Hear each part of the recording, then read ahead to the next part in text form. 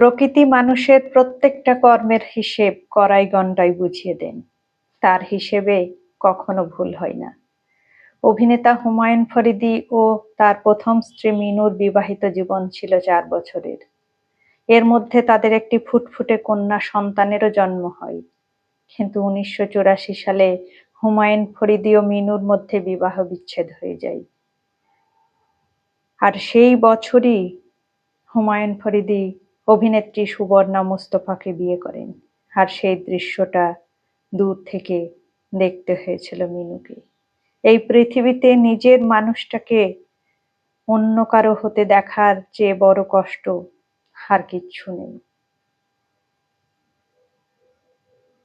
তারপর 2 যুগও পার হয়নি। সুবর্ণা মুস্তফা হুমায়ুন ফরিদীকে ছেড়ে তার থেকে 14 বছরের ছোট একটি ছেলেকে বিয়ে করেন। আর সেই দৃশ্যটা দেখতে হয়েছিল হুমায়ুন ফরিদীকেও।